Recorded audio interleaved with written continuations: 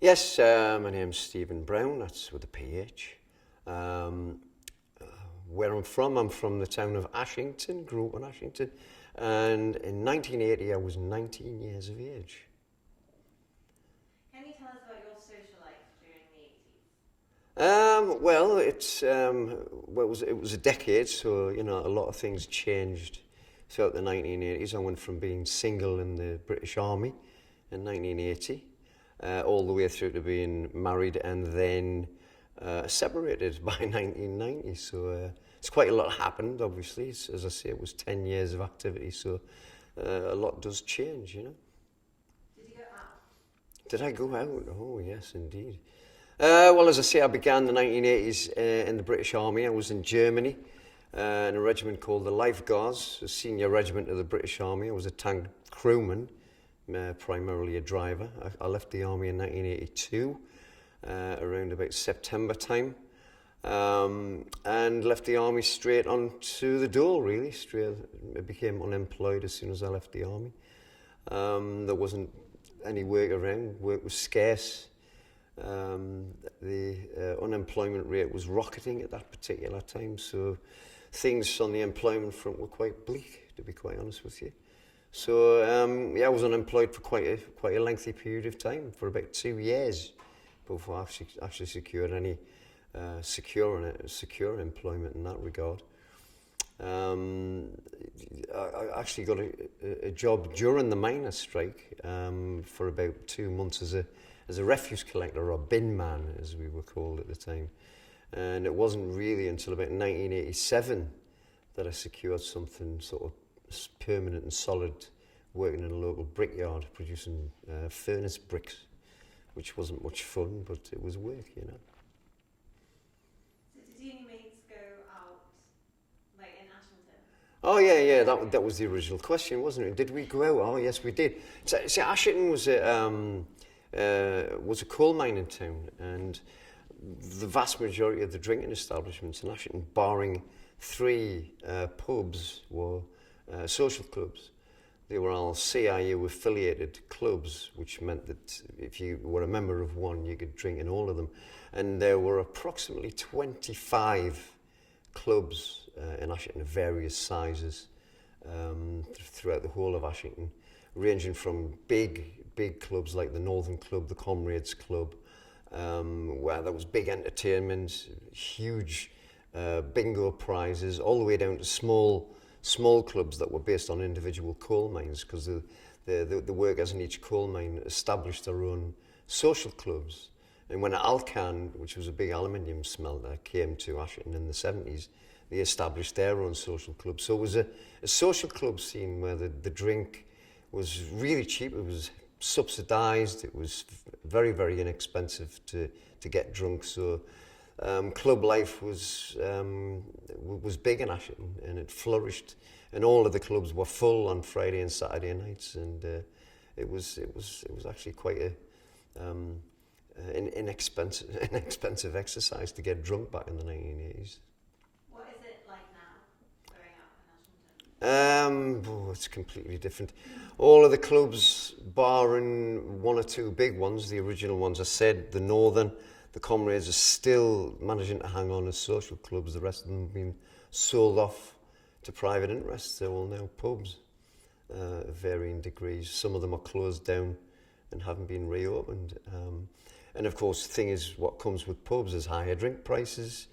Apart from Witherspoons, we all know about Witherspoons, and it's pub prices now. So the product of that is that a lot of people drink at home now. So the social life of the town has been completely transformed over the last 30 years. It's not the thriving sort of nightlife that used to exist in the 1980s, that's for sure. What kind of music did you listen to in the 80s? Was there any bands or singers that you really liked? Oh yeah, I mean, I'm a child of the 1970s primarily. I mean, as I say, I was 19 at the break of the 1980s, so my sort of musical tastes were kind of already defined as rock. I was into bands like Black Sabbath, Deep Purple, a bit of prog rock, Genesis, Rush, stuff like that.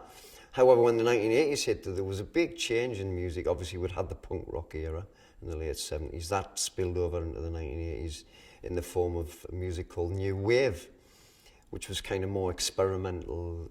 Then the Police came along. But what was interesting was, because of the politics of the time, there was the kind of anti-Thatcher movement that developed, in particular among the youth. It was pretty much mirrors what's taking place today with Corbyn. The youth turned to the left, and a new musical movement was born in the name of a thing called Red Wedge, and it was an attempt by certain musicians and celebrities to pull together an anti-Thatcher musical movement that was attached to the Labour Party. And it was occupied by musicians such as Paul Weller.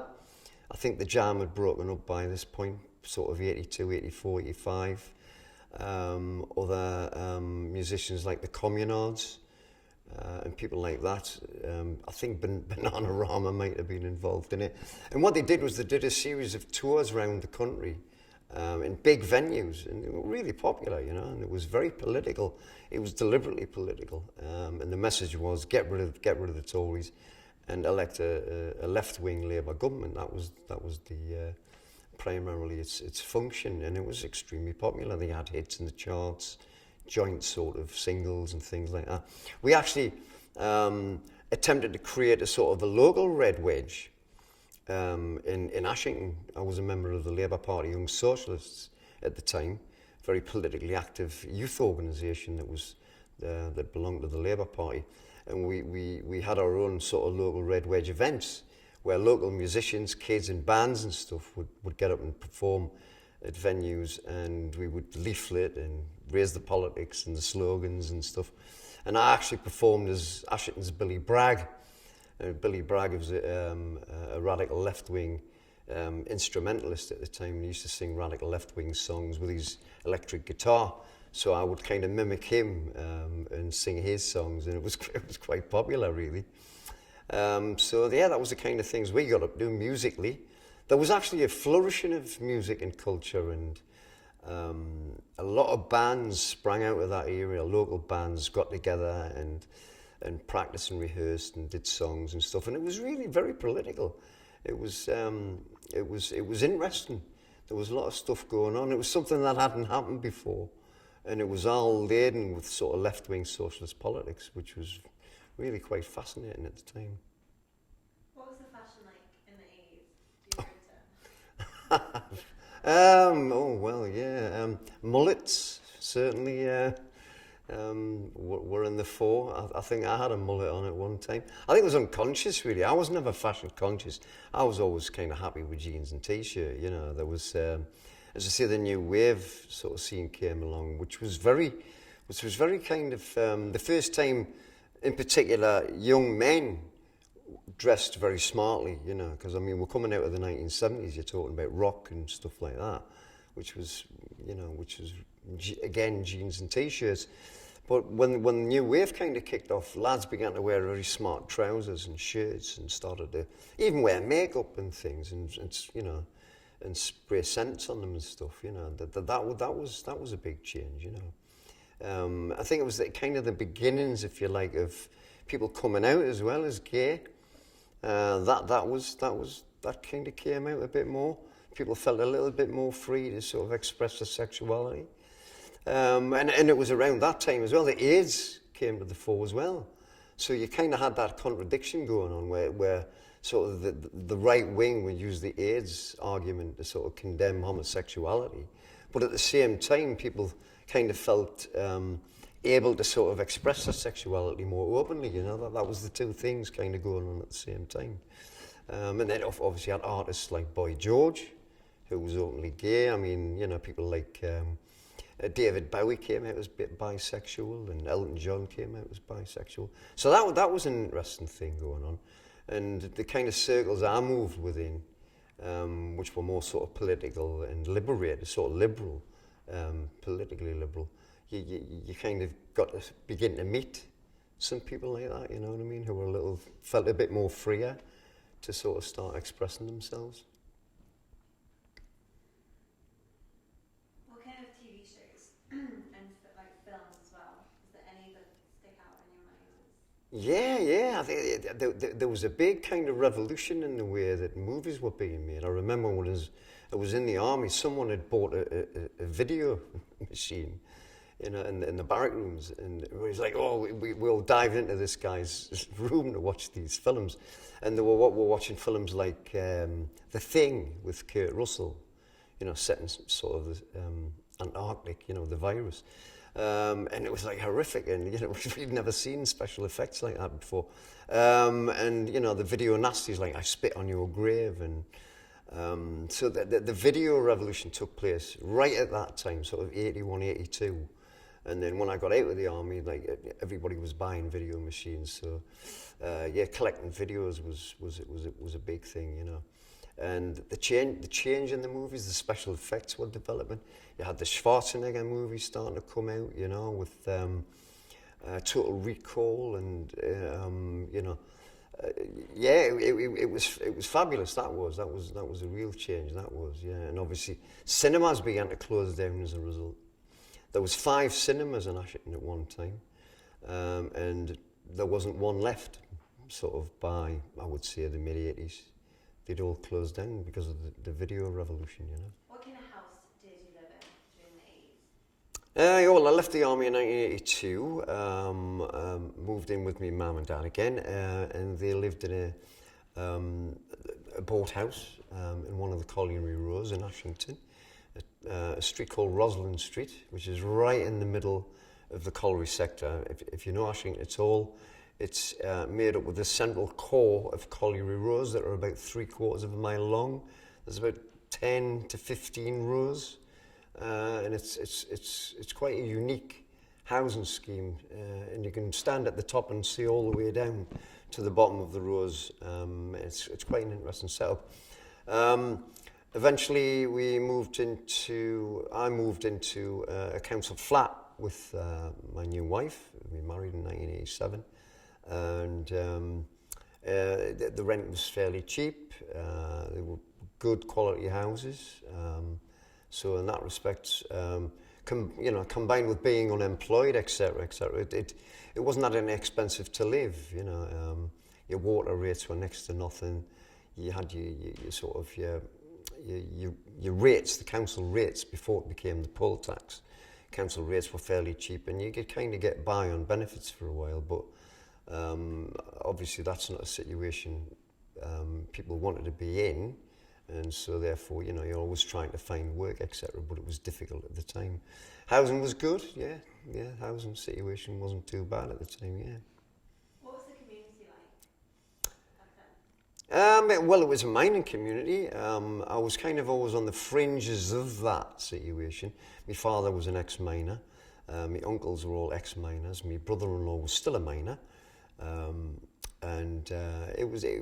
They say the tight-knit community, which it was. If you were a miner, and you drank in those circles and you socialised in those circles, it was a tight-knit community. Yeah, and I knew many miners. As I say, I was a part of a miners' family. Both my grandfathers were miners, and so on and so forth. And so it was tight-knit like that. Yeah, certainly. Right to buy, I opposed it at the time.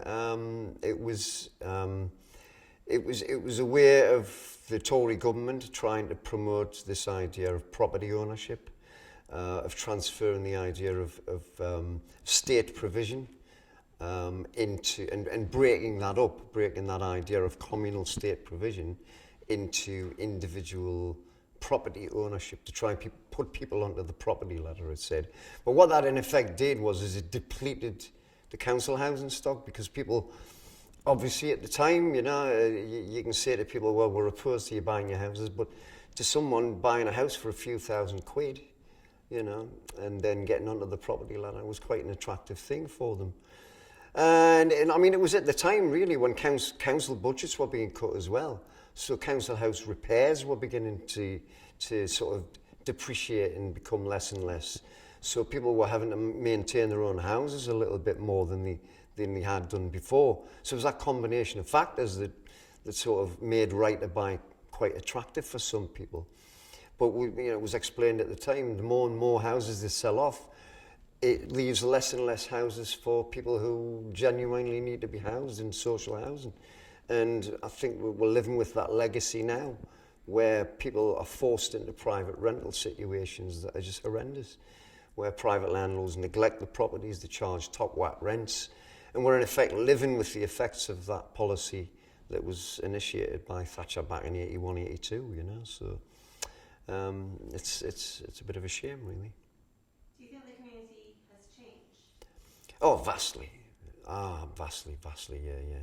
Well, I mean, I remember as a kid, you would sort of be up early in the morning or for whatever reason, and you see the miners hanging around on the street corners waiting for the Bedlington District Green buses to pick them up and take them to work. You know, you had 50 guys hanging around on a street corner, onto the buses and then away to the pits. You know, there was that. The town was a working town. I mean, at the current moment, the Labour Party were trying to generate a campaign to clean up the Hurst. The Hurst is that part of town with all the colliery roads, and they're in an absolutely dreadful, dilapidated state, a lot of the houses. Neglected private landlords, dog crap everywhere, mattresses, old settees, burnt out sheds, dilapidated fences and overgrown hedges. The whole place is an absolute mess. Not to say all of them, but there's a terrible mess down there. And we want to, develop a campaign to help people clean that up, to get people to do that for themselves, you know.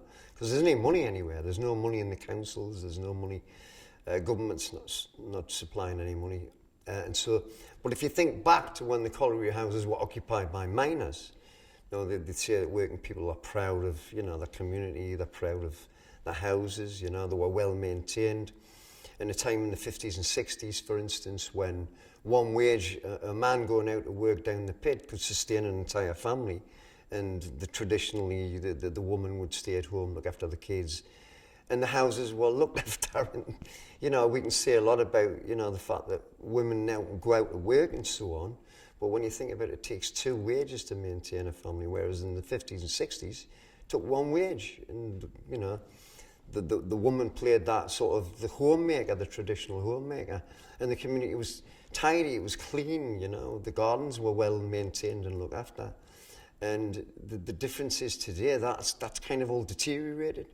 People don't have the time to spend on beautifying their areas anymore. A lot of unemployed young people live in these houses who haven't got the skills or the motivation to cut hedges and dig gardens and paint things, So there's a deterioration. Of course, what comes with that is the social disconnection, the alienation from the life of work, second, third, fourth generation of people whose families have either been unemployed for decades or extremely low wages, or the sort of underlying economy of crime or whatever that exists, and drug use that all comes with this, this lack of money, this lack of community, and this fragmentation of people's lives. It's not everyone, don't get me wrong. I'm not saying the whole town is in that state, but there's definitely a growth in that atmosphere, that sort of that lack of work, that lack of community is causing this fragmentation and this falling apart of the social infrastructure that used to exist in the town,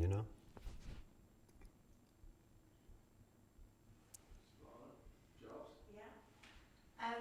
What kind of jobs were available for you? For me in particular in the 1980s, well, there wasn't a great deal, to be quite honest with you. I left school in 1977, and prior to me leaving school, generally speaking, the young men who lacked any sort of skills to go on and do higher education went straight down the coal mines. That's how unemployment stayed so low. In the mid-70s, you had the world oil crisis. You had the beginnings of the pit closure programs, even under Labour governments, incidentally, began to close excess coal mining capacities. So by the mid-70s, that idea that if you got to the end of your school days, you went straight down the pit, had come to an end. So I was unemployed for a while when I left school, and eventually found a job in a factory. making like sort of engineering hydraulic components, which I hated. I hated that job. And so we didn't go down the pit. As a whole layer of us didn't go down the pit and had to find jobs elsewhere. And I had enough of that by 1979 and joined the army. And came out in 1982 and I couldn't find any work. There was unemployment was rocketing, and it was extremely difficult, you know, to find that any decent work, really, you know what I mean. Were you and your friends affected by that? Yeah, many friends. There was a whole layer of us that didn't go down the pit. Some lads went off and, you know, moved to different parts of the country and found work that way. Young women primarily had more job prospects than the young lads because the garment industry was still hanging around at the time. I mean, the coal mines were still there, but they weren't recruiting like they used to. My sisters, for instance, my two sisters, went to work in the garment factories. My ex-wife was a garment worker, a seamstress. So there were several garment factories. But by the noughties, by the year 2000, a lot of these factories had closed and they'd uprooted, and the companies had gone abroad to North Africa and to the Far East to exploit the cheap labour out there. And through that whole area, women onto the door as well. So that compounded the problems that we've faced over the last few decades, you know. Closure of the pits, closure of industry, closure of the garment factories, and it's just added to the growth of unemployment. Do you mind?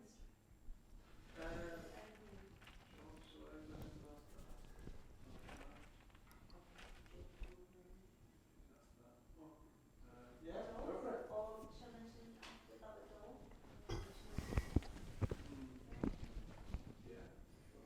No, I think we will. Okay.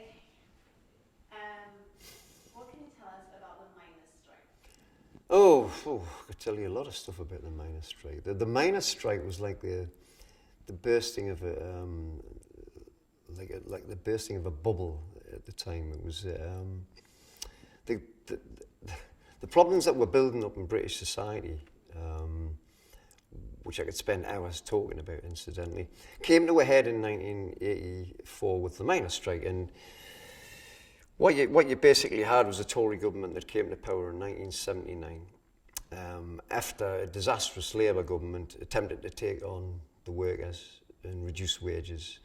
And Labour's popularity plummeted in the polls. Then we had the coming to power of 1980 of Margaret Thatcher.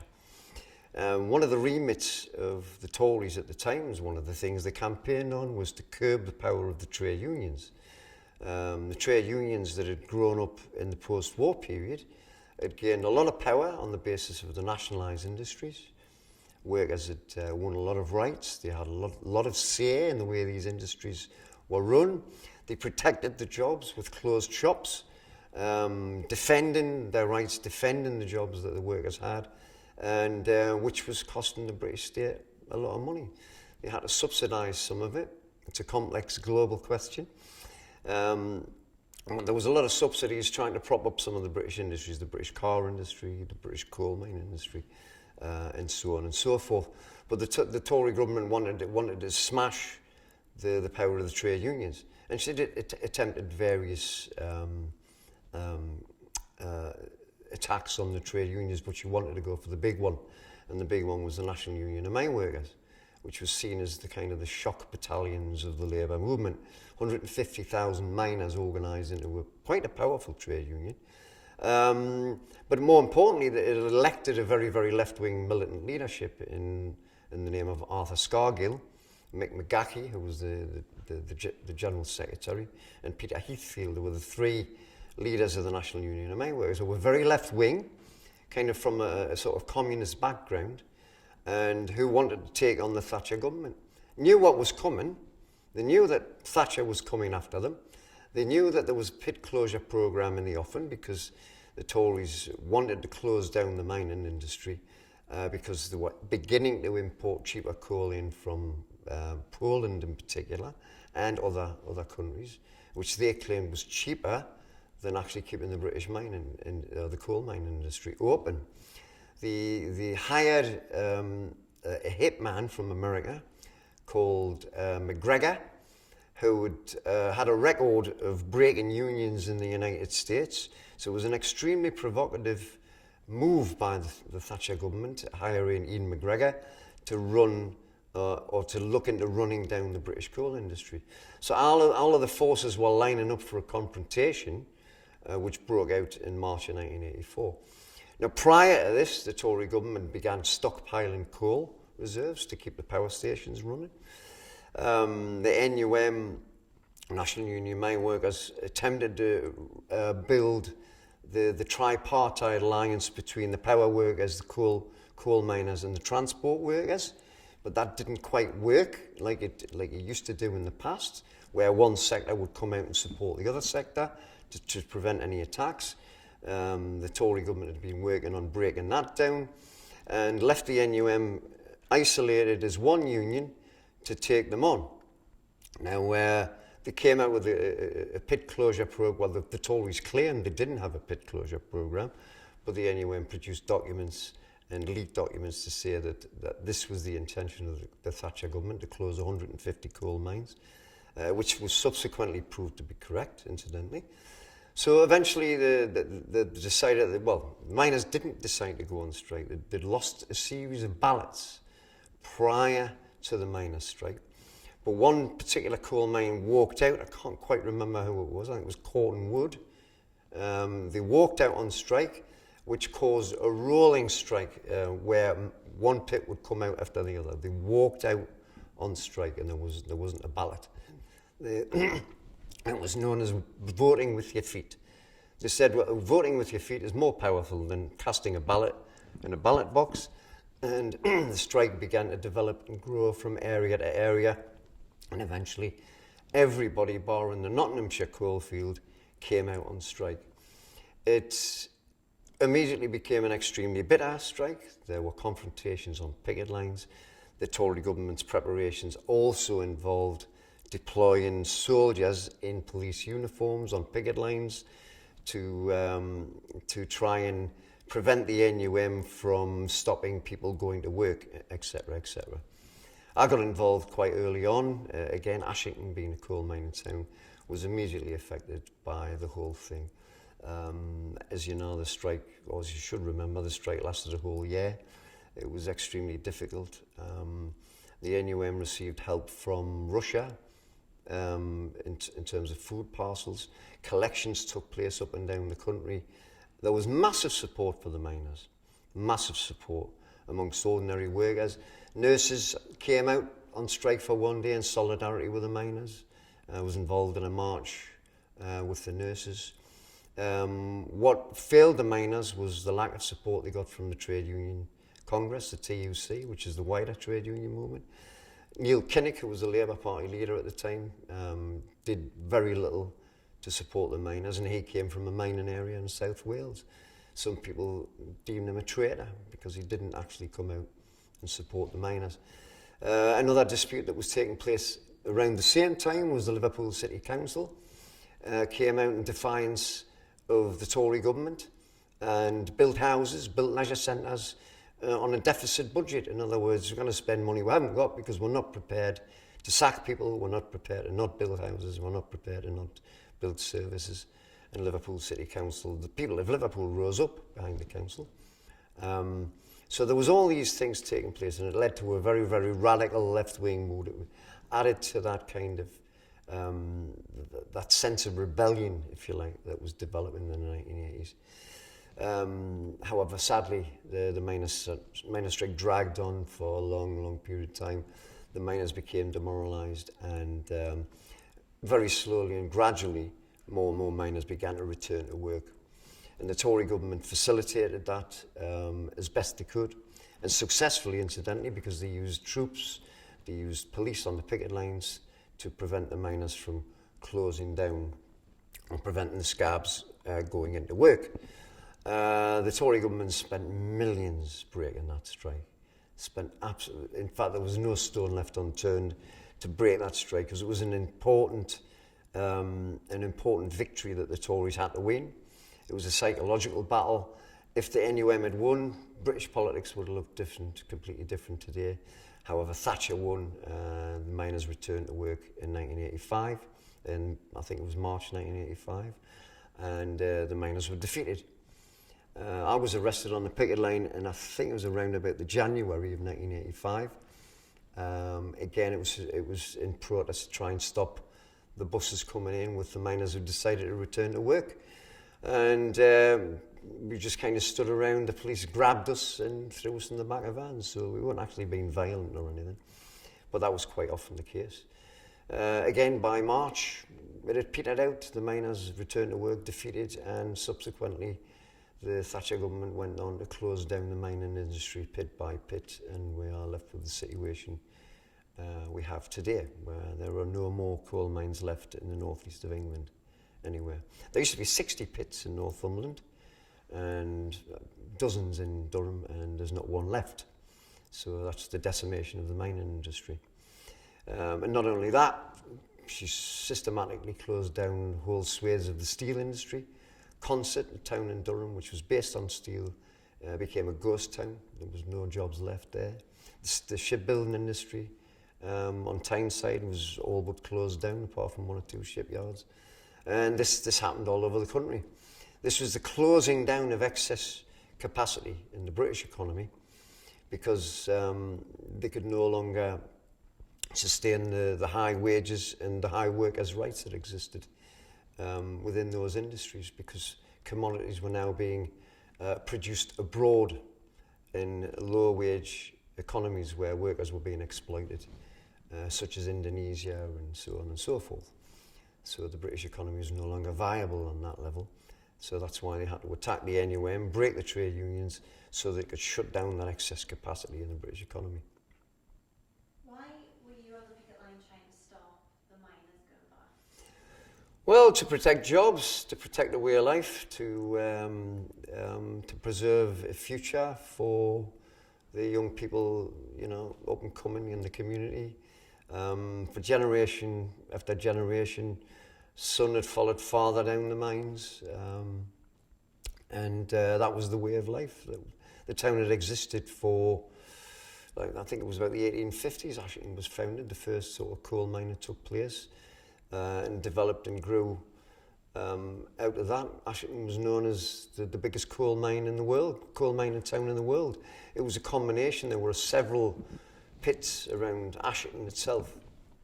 There was Ashington, Colliery, Linemouth, Ellington, Linton, so on and so forth. There were several coal mines, North Seaton, and they were all part of a combo. Some of them actually linked up underground. They were all part of a network of coal seams that existed in the Ashington area, and it was a solid labour town, a solid union-run town, and it was a way of life, and it was prosperous, and you know, people wanted that to continue and go on for as long as it could, but it came to a halt in the 1980s, really. What was the effect for the miners during the strike and their families? Well, it depends what you did, really. There were a layer of active miners who were militant miners who were involved in the strike. They were on a daily basis on the picket lines or going out collecting food, collecting money for the strike fund. They were active, very active. But sadly, they were a minority. The majority of the miners kind of just stayed at home and languished, probably caught up in doing some painting or jobs around the house. There were good negotiations between some of the mortgage companies. The Co-op, for instance, suspended the mortgages of some of the miners so that they wouldn't run into arrears. Some of the mortgage companies had sympathy with the miners and did the same. Some loans were suspended. So a lot of sort of stops were pulled out to try and prevent people falling into complete destitution. But eventually, there was a massive propaganda exercise. Of course, everybody still had TVs, and the propaganda came pouring out of the TV, anti-NUM propaganda. The NUM made some mistakes, you know. There came the cry for the ballot, you know, let's have a national ballot to justify the actions of the strike, but the NUM leadership refused, saying that there was no need for a ballot. Everybody was on strike. But those arguments probably still rage today in the community, whether to have a ballot or not. But that was back then.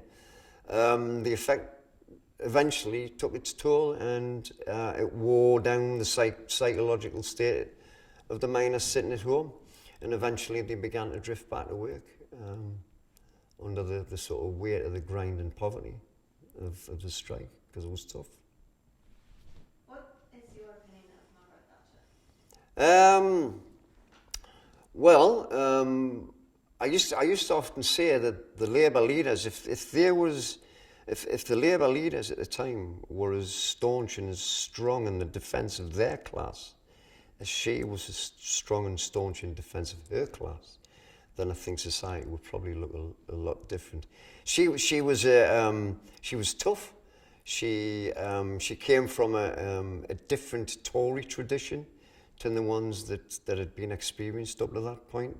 There'd been a change in the outlook of the Tory party that had evolved since the Second World War. The Tory party, you see, was based upon old industrialists. They were business people. They were the people like what's Cragg say? The Armstrongs of this world, They were industrial. These guys, the Stevensons and the Armstrongs, these were industrial people. They actually got their hands dirty, They built factories, They actually they developed industry. They were innovators and stuff like that. The Tory party evolved into, especially since the sort of 60s, evolved into a class that represented more like the financiers and the bankers. They weren't from the industrial. I'd say Ted Heath and people like that were from the old Tory tradition, the old industrial tradition. But these new upstarts, your Thatchers, your Camerons and people like that, they came from a different background, the financiers. Thatcher was herself kind of from the middle class. She wasn't from that old Tory tradition, the grandees as they used to call them. Ted Heath actually said of Thatcher, she's selling off the family silver when she privatised telecom and privatised this and privatised that. These old grandees could see the effects that this would have eventually on the state of the British economy. But the likes of Thatcher, they were from that sort of casino capitalist tradition, They were more interested in making quick money and hang the consequences. So from that point of view, a despicable individual, to be quite honest with you. Didn't have any empathy for the effects that it would have on the communities that were devastated because of the deindustrialisation, welcome you to go and visit Ashton now and have a few nights out. You'll kind of get the feel of that disassociation, the alienation that exists amongst layers of working class youth, and it's kind of devastating to see. Once you see that, you see the transition over the last 30 years of what's happened,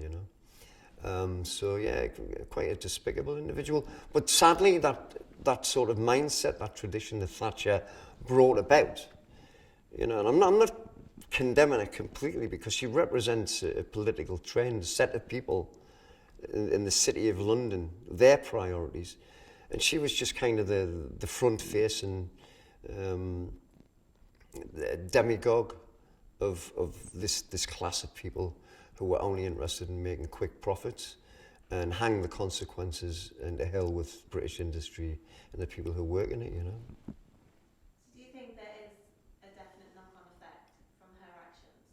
Like 30 years on, do you still see the repercussions of what she did? Oh, absolutely, yeah. In many respects, the rise of Corbyn, if you like, is a reaction to what took place, which began with Thatcher. It began before Thatcher. The Tory party began to embrace sort of monetarist monetarist policies way before they came to power in '79. That movement was already well underway after the 1974 oil crisis, where there was a kind of a realignment in the thinking of Western capitalists as to say, well, you know, we've got to get tough here. We've got to start closing down this excess capacity that we can no longer afford. Take a tough monetarist line and stop deficit financing everything, to get rid of debt, because everything was primed with debt, which is ironic because today there's more debt in the world than there was then. But it's to shift the emphasis onto sound finances, and that kind of grew out with the 1970s from the oil crisis and manifested itself as Thatcherism in the 1980s. But then it continued, didn't it? It continued with Tony Blair. Tony Blair was from that tradition. He'd managed to convince the Labour Party to drop its commitment to common ownership, for instance. There was a clause in the party constitution called Clause 4, Part 4, which committed the party to the common ownership of the means of production, distribution and exchange. In other words, nationalisation. Common ownership, work as democracy, you know, an attack on the basis of capitalism, to attack capital in favour of work as power, you know. And that was a clause that was added to the party's constitution in 1918 after the Russian Revolution. Now that committed the party to being a socialist party, up until Tony Blair convinced the party to ditch that clause in 1995, which then was a precursor to Blair coming to power. And the first person Blair invited into Downing Street on being elected in 97 was Margaret Thatcher. And it was a continuation of those monetarist policies that had sort of grown out of the Thatcher era. And as a result of that, where were we now? We've had a reaction against that, which manifests itself in the rise of Jeremy Corbyn. A kind of a cry to return, if you like, to Labour's founding socialist principles, which is common ownership. That's why the Corbyn movement represents a renationalisation of the railways, for instance, which incidentally a majority of Tories actually support, because the railways are in such chaos. So that change since the 1980s, you can see that build up of those monetarist policies and the effect it's had on British society. The massive increases of personal debt, because it's the only way people could survive throughout the 90s and the noughties, and then the accumulation of that leading to the 2008 bubble, the bursting of the 2008 bubble, the financial crisis that existed there. And since then, we've had 10 years of Tory austerity, cuts to public services. You've had the growth of the gig economy, 0-hour contracts, a low-wage economy where people struggle to pay their rents, struggle to get by. And the result of all of that, thank you very much, Mrs. Thatcher, is the arrival of the Jeremy Corbyn question. As everybody's now looking forward to getting a socialist Labour Party re-elected to do what it was originally founded to do, and that's take things into public ownership and expropriate the rich. If you could, would you be young now instead of back in the 80s? In some respects, yes. In other respects, no. I think if I was young today in the same kind of social demographic I was in then, I think life would be extremely tough. If I was unemployed, for instance, I think it would be intolerable. I don't know what I'd do. I was recently unemployed myself and had to sign on, and it was extremely difficult. It's not easy. The demands they place on you to job search, for instance, is very, very hard. They insist that you search for 20 vacancies, apply for 20 vacancies a day, and it's just impossible. There aren't 20 vacancies to apply for. Sanctions, you make one mistake, 2 minutes late for an appointment, you're sanctioned. They take your money off you. If you're applying for a universal credit today, it's at least 5 weeks you've got to wait with nothing to survive on, and your rent isn't being paid, your council tax isn't being paid, you're falling into arrears. The rise of food banks and the proliferation of drugs as an escape is all but self-evident, you know. So no, I wouldn't like to be young today. I wouldn't mind my youth back, because I think there's some good things happening. I think there's the Corbyn reaction, if you like, to those conditions is, for young people, a good time to be alive, I think. If you look at the student strike that took place last Friday of the high schools up and down the country, the militancy and the level of understanding of young people on the question of climate change, which is why they came out and strike. But the vast majority of young people, they support a Corbyn-led Labour government. They can see how the system is operating and how it's leading to a situation of a lack of opportunity for young people. For the first time, the youth of today are worse off than their parents. And that's a new situation that hasn't existed before, where generally speaking, the youth tend to lead a better life than their parents. They're better off, but that's not the situation. The young people are worse off now than their parents were. The situation with pensions and so on, it's a national scandal, and so on and so forth. But it's good to see young people getting off their knees, and the mass rallies with, Jeremy Corbyn, which is extremely significant. It's almost borderline revolutionary when you think about the situation as it stands with young people at the minute.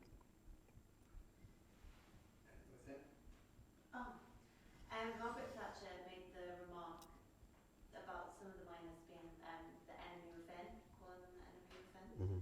So a lot of the miners were war veterans. Mm-hmm. What do you think of that? Well, yeah, it was an insult, wasn't it, really? Yeah, it was lions led by donkeys. That was another insult she threw at them. Well, that was actually a phrase from the First World War. It was saying that the soldiers were lions led by donkeys, who were the officers and generals. And they tried to cast that analogy onto the NUM, is that the miners were lions, but they were led by donkeys and so on. But yeah, the enemy within, yeah, it was a massive insult, yeah. My grandfather, both my grandfathers fought in the Second World War. My mother's dad, he was pinned down on Dunkirk Beach for a couple of weeks. His Dunkirk medal, in fact, I donated his Dunkirk medal to the Fusiliers Museum at the castle. So that's where that is. My other grandfather, a miner all his life, he escaped 5 times from a prisoner of war camp during the war. He was sent to work down a coal mine in the Ruhr Valley as a prisoner of war, and happily sabotaged the coal mine before escaping again. So that was interesting. The enemy within, the real enemy within were the ruling politicians. They were the real enemy within. These gangster capitalists, if you like, these financiers who were conspiring to try and destroy the traditions of the British Labour movement by breaking the NUM first, and then they went on to destroy the print workers, and then they went on to destroy the dock workers, and so on and so forth. And they broke the steel unions, and they broke all the major unions. The trade unions still exist, but they don't have those kind of industrial battalions that used to defend working people back in the 50s, 60s and 70s, But it's coming back again. That's an important point to note, that trade union solidarity is beginning to develop and brew again. It has to. It's a scientific question. You can't keep attacking people and smashing their living standards and driving the faces into the dirt without there being some kind of reaction, And people will find a way of organising themselves in the workplace. They will find a way of organising themselves in their communities, and they will find a way of fighting back. And I think the election of a Labour government will be a big stimulus towards that,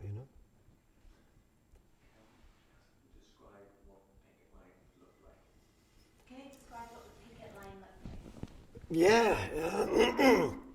Well, at the peak of the miners' strike, you would turn up at the entrance of a pit, Ellington, in the case of where I was arrested, Ellington Colliery, big entrance, a big area. So you would have a gathering of, 200 miners to 200 pickets with their badges and stickers on and flat caps and so on, milling around. But you would have a line of police that would be lining the entrance, very, very regimented, very organised, whereas the miners were a little bit more sloppy. And then it would just be hanging around waiting for the buses to turn up. Because the idea was the miners would try and rush forward and block the entrance to keep the buses from going over the picket line, to stop them going in. And you would hear the noise sort of build up as the buses were drawing close. You could see the buses coming down the road. And there would be a push, and it was never got violent. There was never any punches thrown. It was just sheer force. It was just the weight of the number of the miners, and they would press forward to try and close the gap across the gate. But the police numbers were better organised. It's simple as that. They were better organised. They would link arms and they would make sure that the line wouldn't be breached. Sometimes we did breach the lines.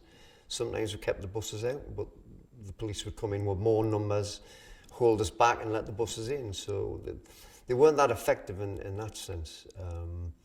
But you know, that was the tactics of the time.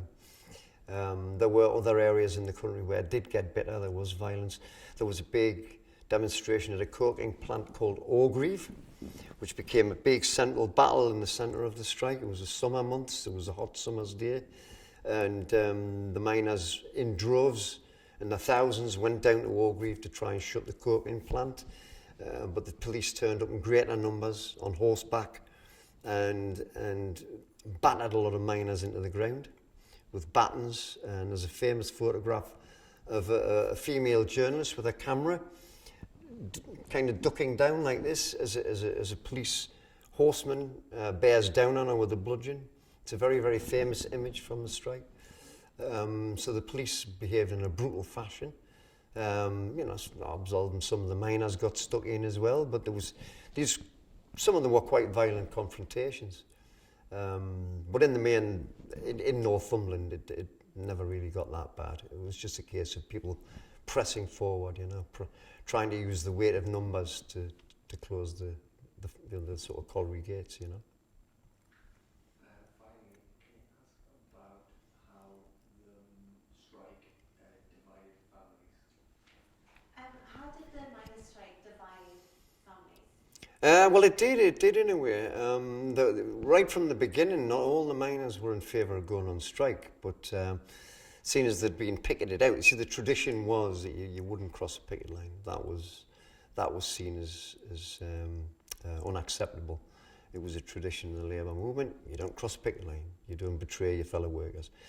But as I say, even early on, there was some people, some of the miners weren't keen on being on strike. They didn't agree with it. They said there should have been a ballot and so on and so forth. So right from the start, it wasn't solid 100%, but it was a majority. There was a majority out. I remember at the time, a friend of mine is a fellow comrade in the movement called John Cunningham, who was a miner. He was on the executive of the Ellington National Union of Mine Workers. And they made a documentary about him and his dad. His dad was the secretary of the National Union of Mine Workers branch at Ellington. His dad was called John as well. And it was a documentary about the split in that family between John the son and John the dad. John was a militant striker, involved in all the activities of the strike. But his dad was a bit more of a moderate, who wanted to lead a certain section of the men back in. And it was a documentary made by ITV about that very question of how this was dividing the families. And it did happen, and it led to some enmity as well, even down to today. Some of the old miners who can remember those days still talk about the scabs that went in. Some people stayed out the whole year. Some went back after 6 months, 7 months, and then eventually, everybody just ended up going back in the end, you know. But the scabs who went in earlier on, who led that return, are seen as particularly pernicious, as being, you know, the real scabs, the people who betrayed the strike, you know. And you'll still find that, you know, you troll around the community and talk to some people, they'll never forget or forgive certain individuals for going back really early during the strike. Because once one does it, then somebody else does it, and it creates a momentum which ended up in the strike collapsing, you know. Surely they only went back because they had families to feed and Well, that's right, yeah, that was... they were desperate. Do you not think it's a bit harsh that their fellow miners took such a low opinion of that? You know, they were just doing what they thought was right for their family. Well, yeah, that's always a consideration, isn't it? You know, your kids aren't, you know, getting Christmas presents. Your you're not able to sort of clothe them or feed them like you would normally feed them, and they're the pressures. They're the pressures, and it was such a long strike as well. It was the longest industrial dispute in British Labour history, and so therefore it was like a war of attrition. And as I say, some of the tactics of the NUM, they didn't work. It shouldn't have gone on as long as it did. It was an indication of how well the Tories had prepared the ground before because they provoked the strike, really. The Tories were really trying to provoke the strike. And when it happened, then the war of attrition set in, and then month after month went by. And it was a propaganda and a psychological exercise of wearing down the resolve of the miners, especially the ones who didn't quite agree with the strike in the first place. So they got worked on. The Nottingham NUM, they set up their own alternative union, the Union of Democratic Miners, who didn't agree with the lack of a ballot, and so they didn't go out and strike. And it was a whole psychological warfare situation. And of course, it was tough for a lot of people to try and get by, and it had a big impact on the families and the community. But it's revealing that there was a reunion a few years ago at the football club in Ashton, and even some of the guys who went back later on in the strike went to the reunion, so they were semi-forgiven.